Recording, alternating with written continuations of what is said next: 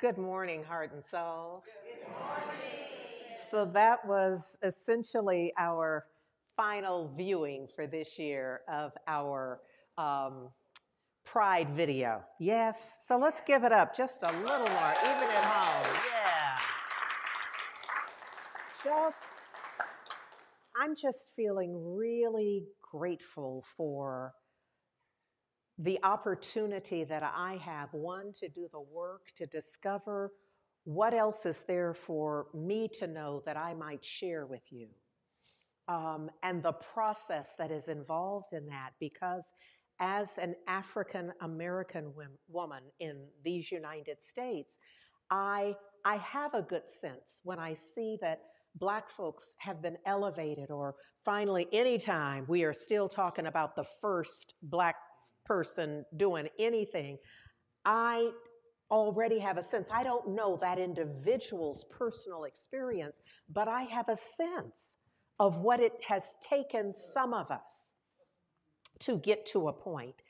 My sense is when we look at the video, if we're not conscious and intentional in our viewing, we can just see amazing artistry and accomplishment and not be thinking about what was required, the trailblazers required. And so I am grateful that we pause for a while, and that I encourage you during our pause to look more deeply, to get a sense of that this is not magic. You know, it's not that somebody just walked up and said, none of that, that there was persecution and oppression, and there continues to be. And so when we look at our video, my prayer is that we do so with eyes that honor from whence they've come. And we can imagine some of what was required in order to accomplish whatever was accomplished. And that it truly took a village, that there is not a person in history who did whatever it is they accomplished on their own. And especially when we talk about oppressed people, it requires the allies. And so this also gives me an opportunity to call out allyship as well, because it's so essential that we not just lie back in the cut looking for it to look like us or to have exactly our experience. That instead the calling is for righteousness. When you see that it's not working right in the world, that it's not as it could be, that it's not humane, then that's a call. It doesn't mean anybody has to write to you specifically or call you by name and number, but that something within us would awaken. And so somehow in my mind, I think that that's the work we're doing, that we are awakening ourselves, that we gather here with an intention to shake ourselves and wake ourselves to a broader awareness of what is possible. When there's a critical mass love, when there's a critical mass willingness to have it change. Yeah? Yeah. So today, let me just begin by acknowledging that sure enough, we's on an adventure in faith. Sure enough. And some among us and within our community are on a for real, time-bound adventure in faith, truly trusting divine guidance. And so I want to lift up in celebration and as a call for prayer, likewise, our 2023 prac students who have completed all of the required work.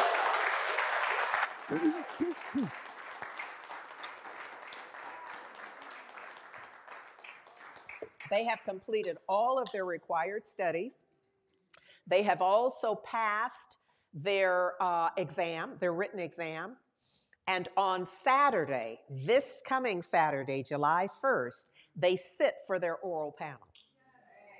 And the oral panel is the final step in licensing. Religious science practitioners are licensed practitioners. And so that licensing process happens as an outcome of the successful completion of the oral panel. So I'm declaring successful completion of the oral panel. Yes, yes. And I'm calling you into allyship, also known as prayer work in this case, to be praying for them. And so I'm lifting up, pardon me, that is Scott Staub. And I'm trying to get it up on mine so I can, oh, well. Okay. Damali Robertson, Nancy Marmolejo, and Robin Vi Carpenter Briscoe. Misspelled, though. And so we're just going to keep them prayed up for this week. They've had their mock panels and they've done well. And so we are expecting a positive outcome. And we're not going to just sit expecting. Our expectancy is going to be fueled by our prayer work and our divine knowing. Yes, yes, this is an exciting time in the life of Heart and Soul. So, yeah. So we're celebrating it, we're knowing it, we're calling it forth, we're claiming it in every way, shape, and form. And then we're sealing that by simply saying Ashe. Amen. Amen. And so it is. Yeah. So that's like we are both looking forward, and in our part 3, our final installment of our Pride Month series, we are looking back and moving forward. I love that. That's the San Francisco Pride theme for this year. Looking back. It's a Sankofa kind of theme, isn't it? We recognize it for what it is. It's this idea about drawing from the past even as we move forward. Yes? Yes. So I want to remind you that where we ended, well, let me just acknowledge that I wasn't here. Last week, I was here at the top of the service, but I was not here to speak because Dr. Will was doing the heavy lifting. Yes? And that was good stuff. Well, it was for me. And the people at home, apparently. Because the people in here are, all right, a few people. All right, it's all right. And, of course, Nicholas Beard was here. And we love the combination, absolutely. So today, I just want to tag back that towards the end, I think the very last thing I talked about was the film Rejected, which was a, what would I say, a landmark documentary. That would be a way to frame it, yes? A landmark documentary. And I was working to view it. As of the last Sunday I was speaking, I'd not seen it. I'd looked for it and done my search, and I mentioned it, and I knew somebody would get it to me. And so Deb Hammond, who was tuned in, got it to me. So we'll have the link in our recap so that you can also see it. And it, remember, it was filmed, produced, directed in 1961. So, but it's interesting because it gives us an opportunity to get a sense of how much or how little has shifted. And I think it's amazing work because in 2023, it's still relevant. It's still relevant. Some of the languaging and the terminology would give us pause because we have relanguaged quite a bit since then.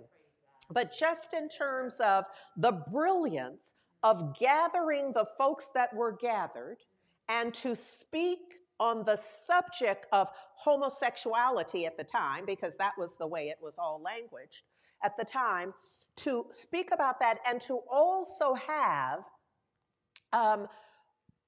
gay men as a part of those presenting. Because I just want to remind you that up until that time, you just had other folks talking about gay folks. But you did not get to hear their voice. They were not given airtime, mic time, yes? And so this is a landmark just in that alone. It's very interesting. So I'll put it there, not making it required viewing. But I have to tell you, if you want to see it, you ought to see it. So from there, let's see, we were talking, so that's 1961 because I'm moving through my version of a timeline. Clearly not covering everything, just giving highlights that stood out to me in a particular way. What I realized, the thing that I realized was, no, you don't need to. Okay, sorry. It was a little personal insight about youth and government and how that really sowed the seeds for me for the way that policy gets made.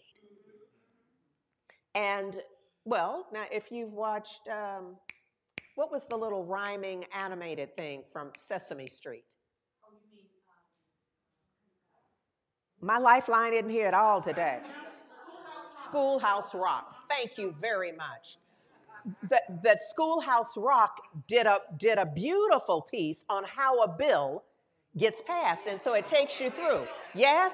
So you could either rewatch that or you could join an organization. I'm simply suggesting that you have a sense of moving things from this place that we hold of magic.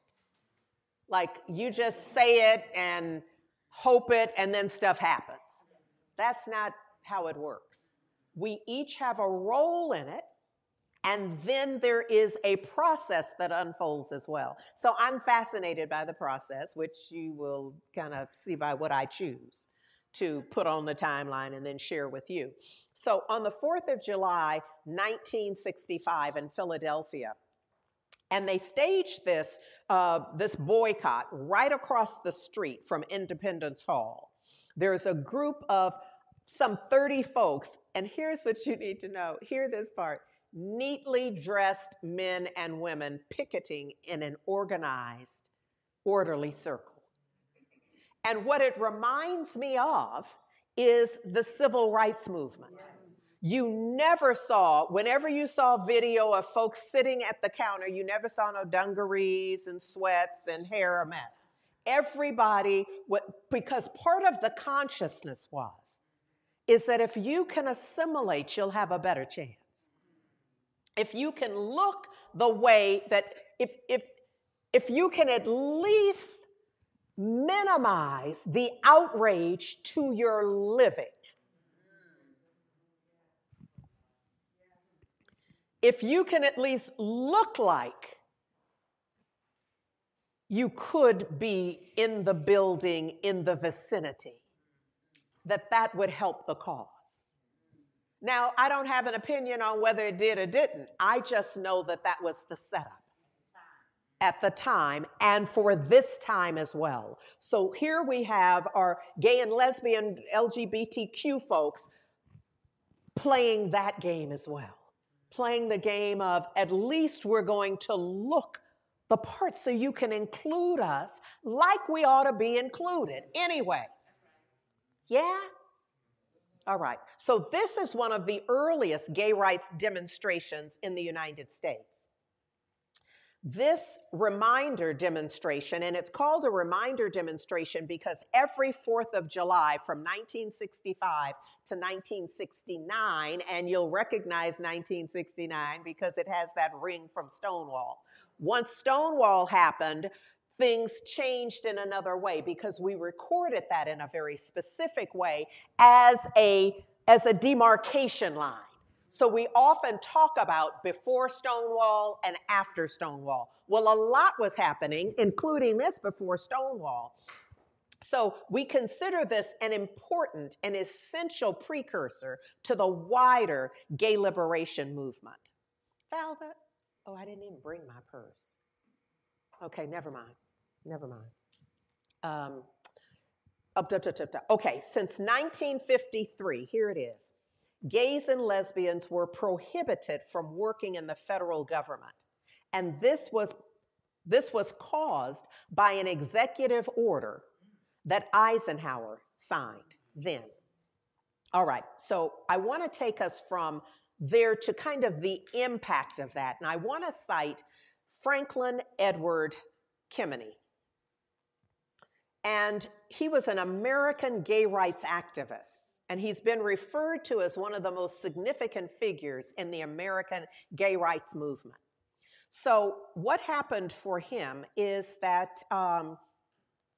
he did his undergraduate work, and then I believe was in the service, and then when he left the service he did graduate work, and at the point that he completed his thesis work, and he was traveling cross country, and he was at a San Francisco bus terminal, and there he gets arrested.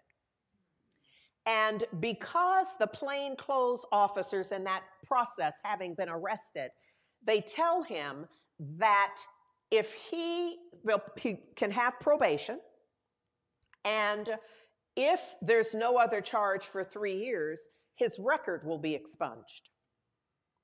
And for that reason, he doesn't fight it. He says, okay, cool, that's what we'll do. However, when he applies and gets hired for a position at in the astronomy department,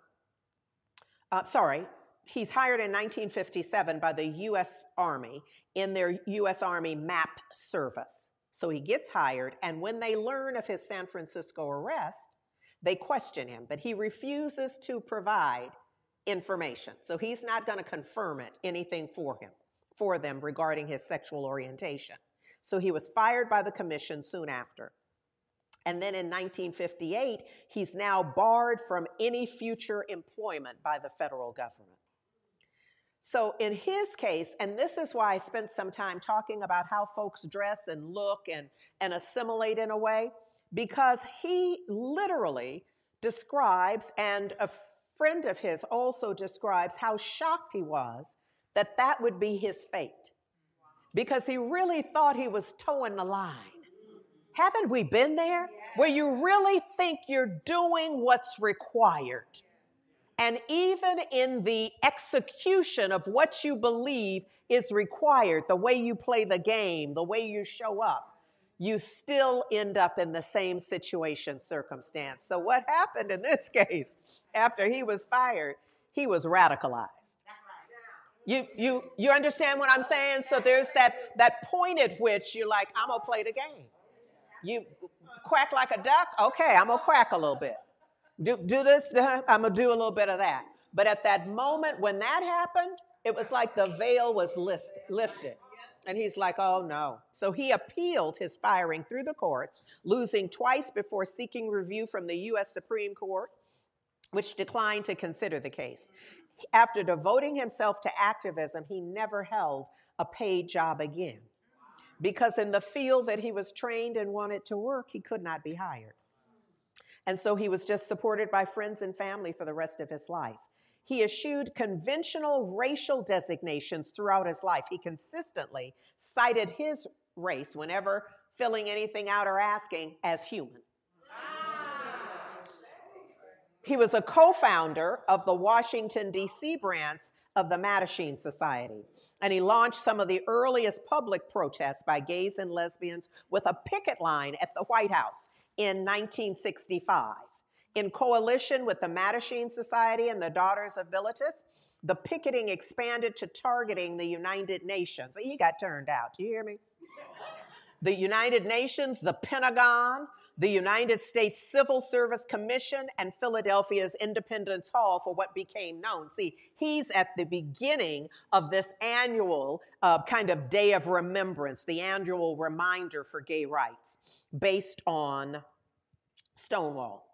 He also wrote to President Kennedy asking him to change the rules on homosexuals being purged from the government. In 1963, he and the Mattachine Society launched a campaign to overturn D.C. sodomy laws. He personally drafted a bill that finally passed in 1993. Now, I need you to hear those dates. So he writes it and is advocating for it since 1963. And when it actually happens is 1993. But you see, somebody has to stay the course. Somebody, I know we want to microwave the bill. We want to just, somebody write it and hand it to somebody sign it and have it be done. But this is more what we experience in life, is that it takes what it takes. And so we must be willing to bring whatever is required for what it takes. Is any of this making sense? Yeah. Okay. All right. All right. He also worked to remove the classification of homosexuality as a mental disorder from the American Psychiatric Association, from the Manual of Mental Disorders. He said, he's quoted as saying, "I don't see the NAACP and CORE worrying about which chromosome and gene produced a black skin, or about the possibility of bleaching the Negro. I do not see any great interest on the part of B'nai B'rith Anti-Defamation League on the possibility of solving problems of anti-Semitism by converting Jews to Christians. We are interested in obtaining rights for our respective minorities as Negroes, as Jews, as homosexuals. Why we are Negroes, Jews, or homosexuals is totally irrelevant. And whether we can be changed to whites, Christians, or heterosexuals is equally irrelevant." You know, he's speaking into present day parlance. He's speaking about, you know, there was a whole movement for a time that ignored this. It's just like, change it. We'll help you change. And he's bringing this out in the early 60s. It says that after listening to Stokely Carmichael chant "Black is Beautiful" in 1968, he coined the slogan, "Gay is good." He became the first, in 1971, he became the first openly gay candidate for the United States Congress when he ran for the District of Columbia's first election for non-voting congressional delegate, following his defeat by Democrat Walter Fauntroy. His campaign organization created the Gay and Lesbian Alliance of Washington, D.C., an organization that continues to lobby government and press the case for equal rights, even now.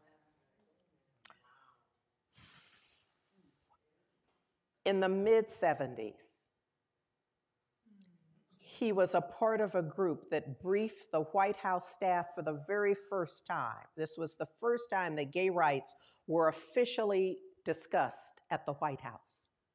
And he's a part of that. He was appointed as the first openly gay member to the District of Columbia's Human Rights Commission in the 1970s.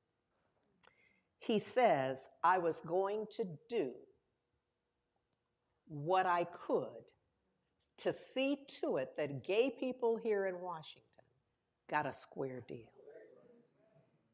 And I've done my best to give you a sense of how he kept his word."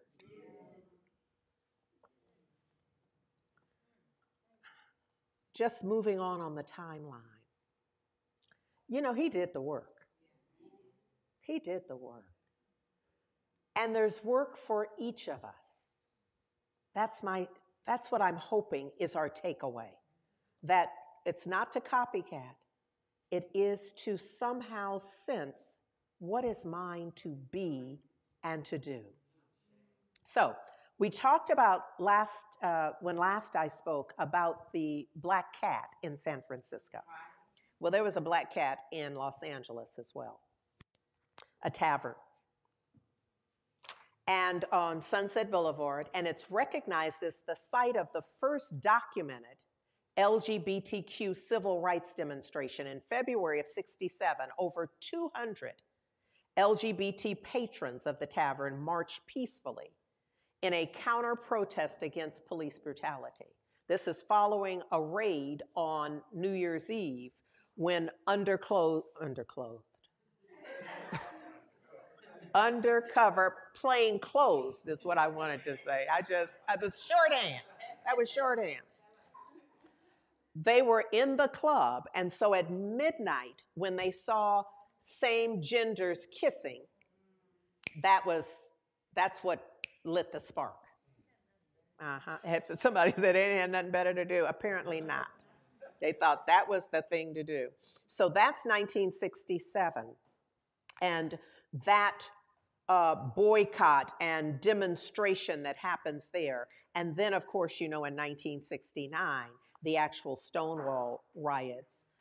Similarly, you have, plainclothes folks inside and then the folks waiting outside to torment folks is what it amounts to. So what I want to remind you of is how we flow in consciousness.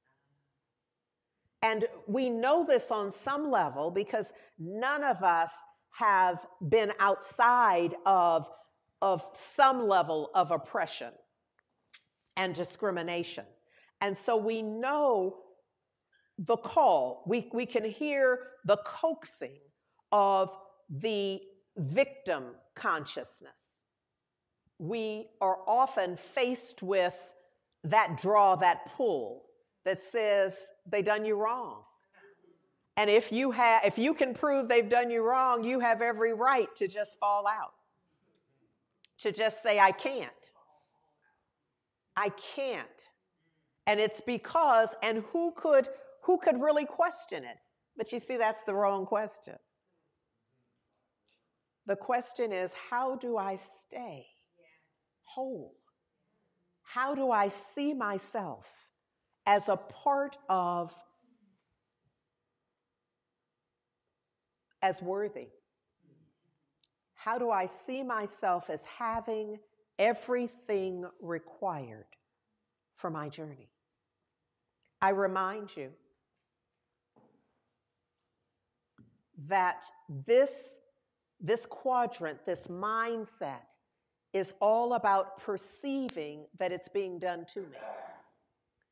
We saw what it being done to Khamenei, how it radicalized him in a sense. It, rather than shy away, he stepped forward, right into the fray. He said, it happened to me, but it doesn't have to happen to everybody forever. So look, we can see in this, my prayer is that you can see in this, that it's up to you what you see, in fact.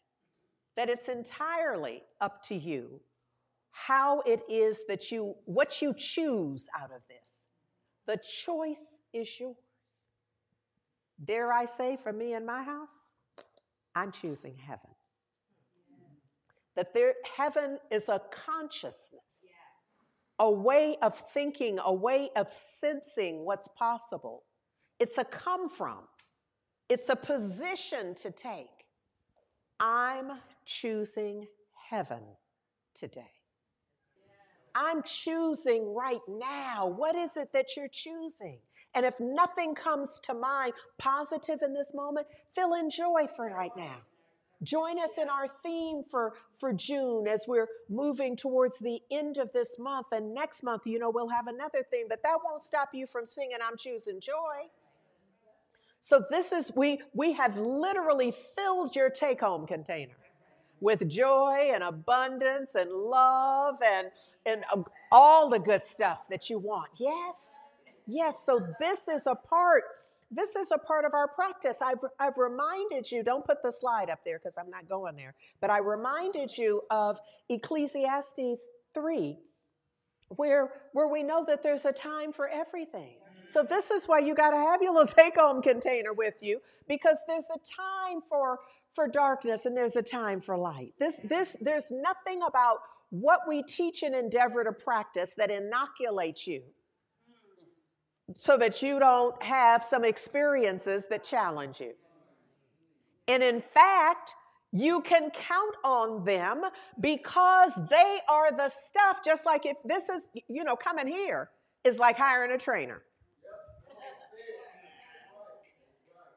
And so in that sense, you can count on somebody stretching your muscles beyond the point that you wanted to in a given moment. Like one more rep. You feel it. You're like, no, I thought I was going to, no, just come on now. And then next week, we're going to do another 10. Like, I had already done 50. I thought 50 just for the rest of my life. No, because you've signed up.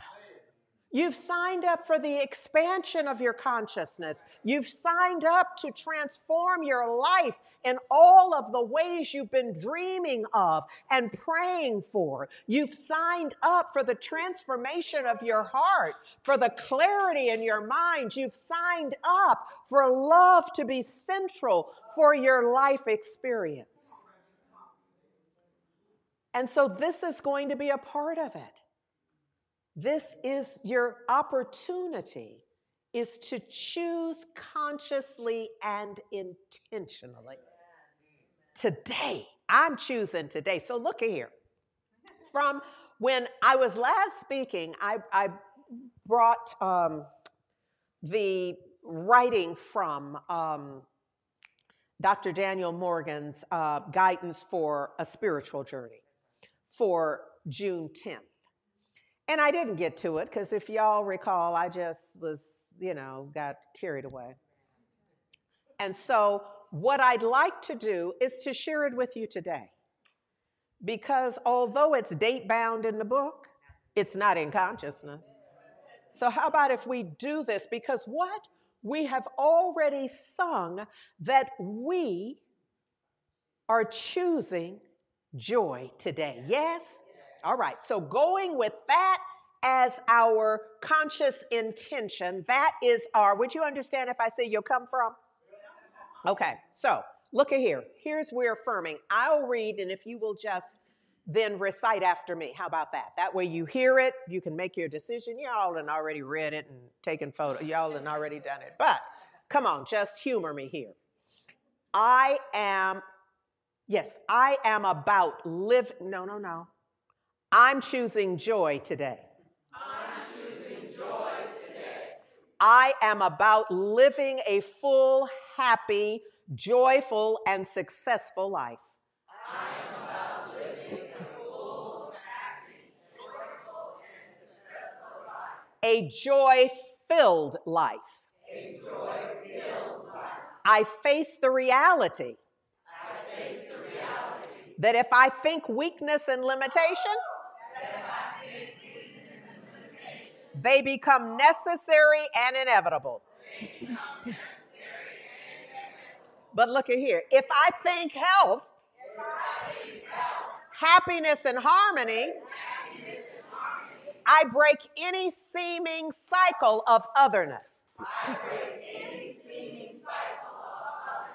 By which I have been previously plagued.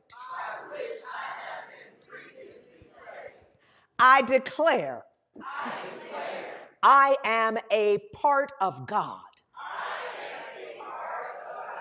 The divine whole from which I was pressed out. My daily experience expresses my expectation of life sublime. I'm choosing joy today. And so it is. Yes. Yes. So where we left off is Stonewall. That next year, in June, we have the first Gay Pride Week in New York City. So it's the year after that, LGBT people from across New York City gather to commemorate the first anniversary of the gay liberation movement. That's the gift that Stonewall gave. That's one of the many gifts. Is the declaration, and the way that folks held it was that started the gay liberation movement. My prayer is that with all you've heard me say, this being the third part, you realize it didn't start it, it shifted it in a way that it has never gone away since. A lot, here's what y'all have told me, that there have been so many things that I've shared that many of you did not know about. And it's because of the way we held Stonewall in a different way. We kind of froze Stonewall in time to ensure that everybody would have an awareness of that, but that was not so for all of the things, many of the things that I've shared before. So that's what happened there. And so we have that in 1970. In 72, we have the first San Francisco Pride Parade. And there were about 2,000 marchers and about 15,000 spectators. So folks showed up for it in San Francisco in 1972. Excuse me.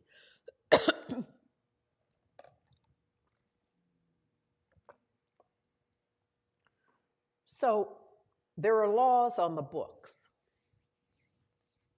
that for all the marching, for all the boycotting, are not yet changed.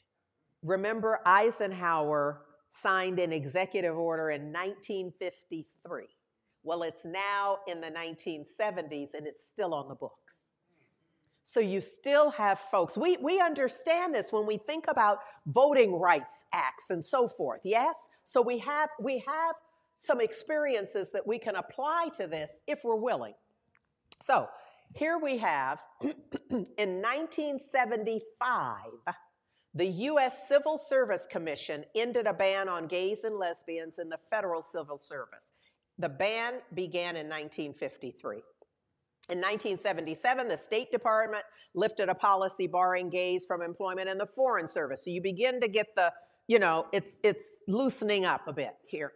And then in 1995, 20 years later, I'm hoping you're keeping up with the sense of the dates, that there's no magic here, that the pressure is on, that folks are choosing freedom, folks are choosing liberation in a way that they are standing in it so consistently that things are beginning to change. Now, when you ask the question about whatever it is that's bothering you about today, and your question is stated something like, when is it going to change?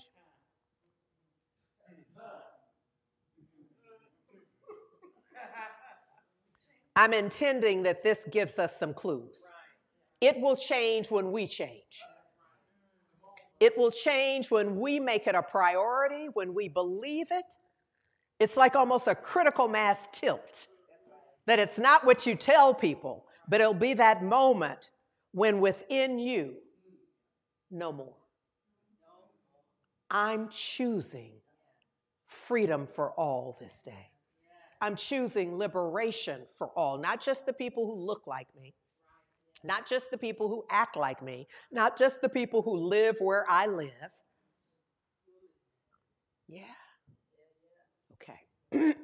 So in 1995, President Bill Clinton signed an executive order saying that the government does not discriminate on the basis of race, color, religion, sex, national origin, disability, or sexual orientation in granting access to classified information.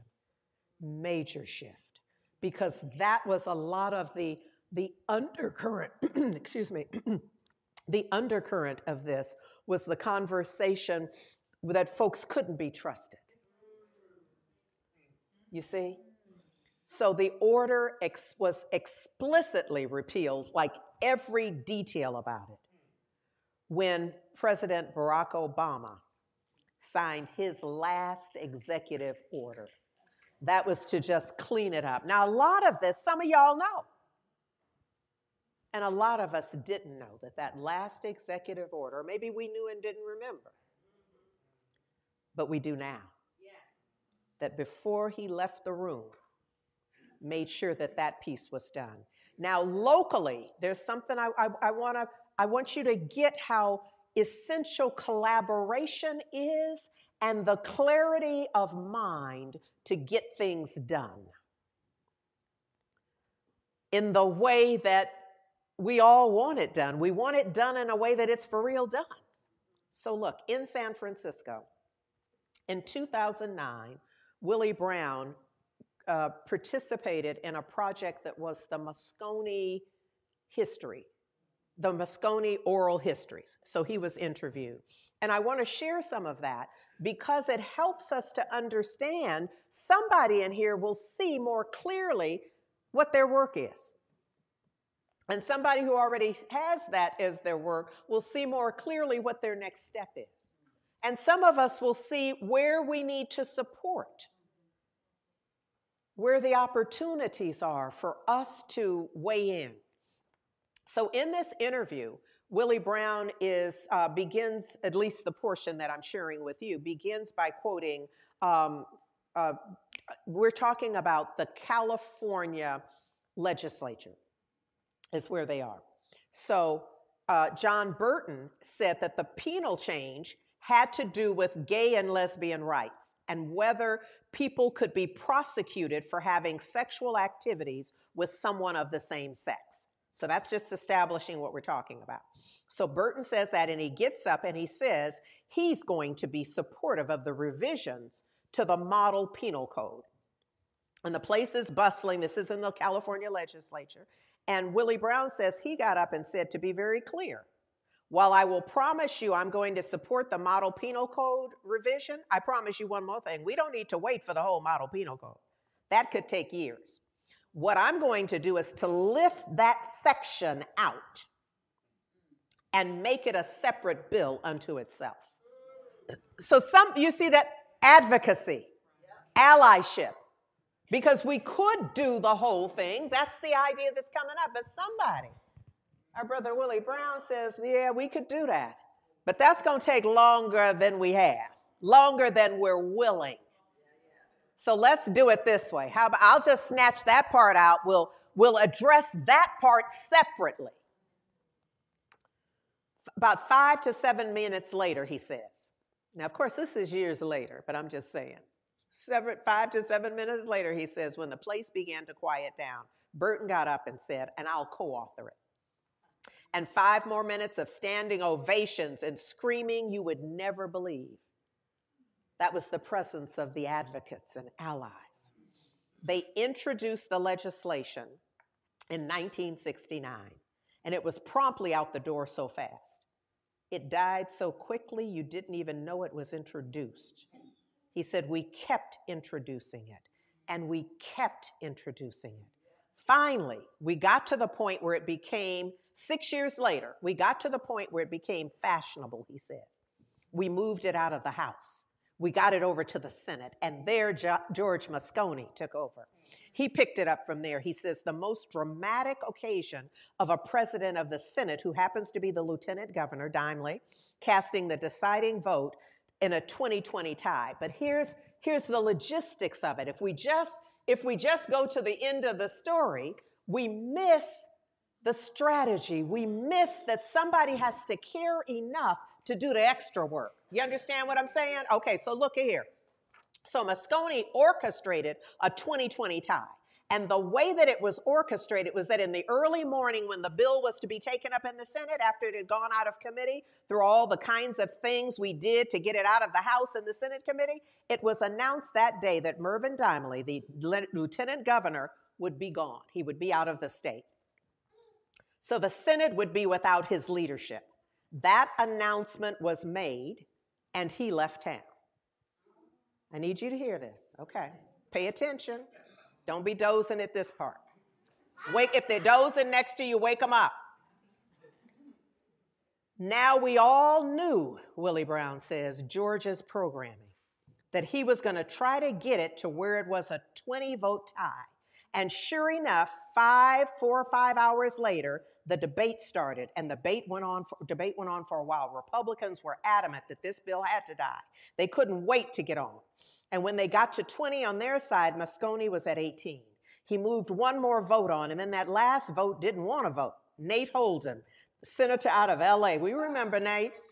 And he kept himself in the Senate lounge so he wouldn't have to go on record. I finally went into the lounge because he'd made a commitment to me. Somebody has to care enough to take the extra step. He walked him out there and he cast the vote.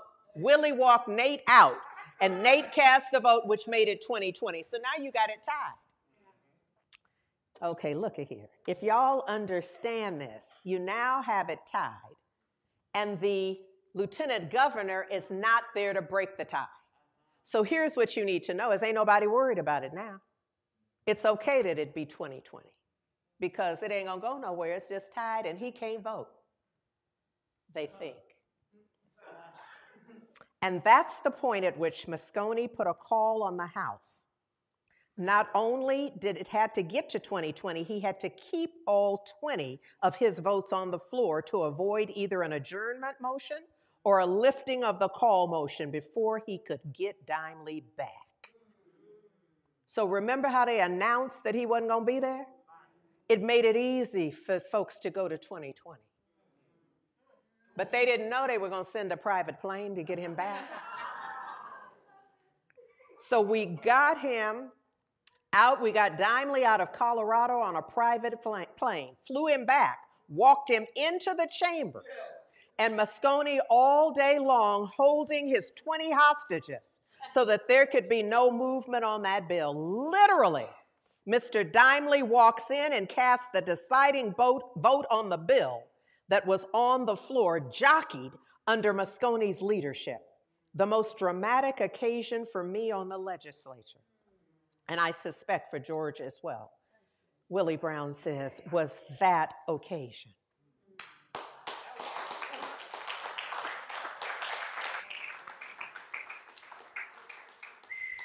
So look, keep your hand wide open. Always let the sun shine through. Because you can never lose a thing. What? Y'all know the rest. If it belongs to you. But you're going to have to do your work. You're going to have to do your work and engage and be present and fan the flame constantly. You never know when and what it will take. But throw it away. All the resistance, all the doubt, all the fear. I invite you to gently allow your eyes close as we go into our benediction. And what a good God day it has been and will continue to be. I give thanks for all that has transpired this morning. I give thanks for the word we have received this morning. I give thanks for Reverend Dr. Andriette Earl and the wisdom she has shared with us this morning. I give thanks for the musical inspiration that came through Karen Smith and Valerie Joi Fiddmont.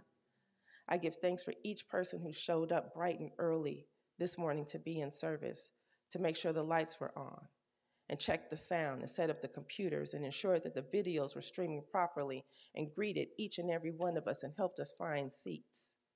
I give thanks for those who made sure we had nourishment in our bodies. I give thanks for the ones who are supporting this service virtually, making sure that those who are watching from the comfort of their homes or while they are on the road are supported, while we all tune into Heart and Soul Center of Light on this beautiful Good God morning. I give thanks for the Board of Trustees who handle all the business so that we can show up in this space each Sunday and anytime we need to be here. And I give thanks for you, those sitting in these seats, and those tuning in from afar. I am grateful that you showed up. And now as we leave this space, I say Godspeed, knowing and trusting that we are all held in a safe and sacred space.